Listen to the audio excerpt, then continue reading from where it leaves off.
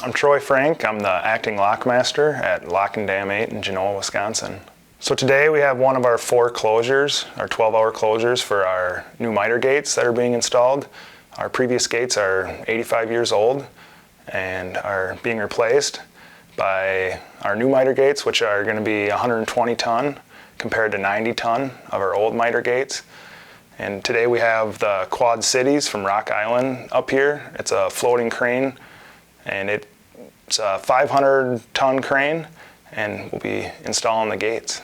Locks and dams are vital to our economy with transferring goods and services from St. Paul all the way to the Gulf of Mexico through our locks and dams down to St. Louis, and it just keeps our economy moving, and it's the most economical way to move goods. So yeah, every 20 years our lock chambers are dewatered, and we do preventive maintenance on our gates, where we'll sandblast and paint our gates and do concrete repair, and we'll check the pinto ball that the gate sits on and the bushing and make sure the wear is not excessive and is going to last the next 20 years.